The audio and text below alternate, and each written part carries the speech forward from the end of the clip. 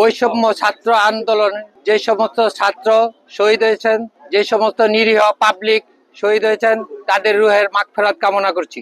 এর মধ্যে আমি একটা কমিটি নিয়ে তারাপুর পৌরসভায় কমিটিতে আমার একটা নাম দিয়েছিল। 15 বছর বিদেশ থেকে একজন লোক কমিটির হাল ধরছে। 15 বছর বিদেশ থেকে 1 বছর আগে আয়া, তখন ওই কমিটি থেকে আমাকে নাম দেওয়াতে আমি পল্টনে বক্তব্যে আমি ওই দল থেকে ওই কমিটি থেকে পদত্যাগ করছি। পদত্যাগ করার পরে হয়তো আমি সই করি নাই, কিন্তু আমি তার সাথে দল করব না বিদায় আমি পদত্যাগ করছি। এবং সেই পুনরায় আমাকে গতকালকে বুঝাইলো, আমাকে পদত্যাগ বহিষ্কার করছে। কেন বহিষ্কার করছে আমি তার তীব্র নিন্দা জানাই, এবং তাদের যারা নেতৃবৃন্দ আছে জেলার এবং থানায়, তাদের কাছে আমি সুষ্ঠু তদন্তের জন্য আবেদন করছি। তারা আমার সঠিক তদন্ত করুক।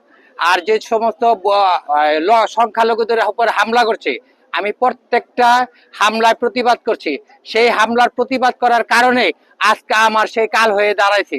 আমি এই ব্যাপারে নিন্দা জানাই, এবং আপনারাও সবাই সর্বসাধারণ জনগণকে জিজ্ঞেস করবেন, যদি কোনো এক ব্যক্তি আমাকে বলতে পারে আমি কোনো অন্যায় করেছি, অন্যায়ের সাথে জড়িত আছি, যদি একজন প্রমাণ দিতে পারে, আমি যে শাস্তি দেয় সেই শাস্তি মাথা পেতে নেব।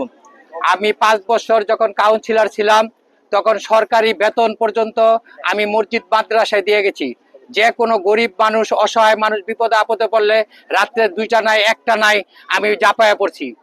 আমি 5 বছর কাউন্সিলর আমলে 12টা ফাঁসির লাশ আমি প্রশাসনের দ্বারায় আমি সবকিছু সমাধান করছি। বিগত যত কিছু অন্যায় হচ্ছে, কারা করছে তাদেরও দেখুক, তারা দেখা সমাধান করুক। এমন কোন রাজনৈতিক মামলা নাই আমাকে না দিছে। কাঞ্চনের মামলা দিছে, এবং আমার ভাই গাড়ি পোড়ার মামলা, মার্ডার মামলা, এবং আমার ছোট ভাই 21 মাস জেল কাটছে, 10 দিন রিমান্ডে ছিল।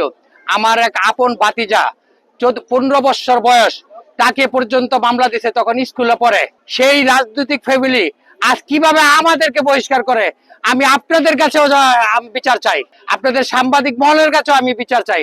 এত নির্যাতিত হয়েছি যেটা কল্পনার বাইরে। আমি বনে জঙ্গলে ঘুমাইছি, আমার শিশু সন্তানকে পর্যন্ত কোলে নিতে পারি নাই। তখন আমাকে কমিটি থেকে নিচু পদের দেওয়াতে আমি বলছি এই কমিটিতে থাকবো না।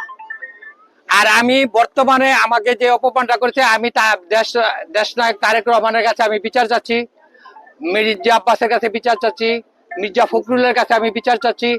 আর আমি কাজী মুনিরের ব্লক করার কারণে সেই কমিটিটা ছিল দীপু বিহার ব্লকের, সেই জন্য আমি কাজী মুনিরের ব্লকে থাকার কারণে দীপু বিহার ব্লকের লোকেরা আমাকে বহিষ্কার করছে।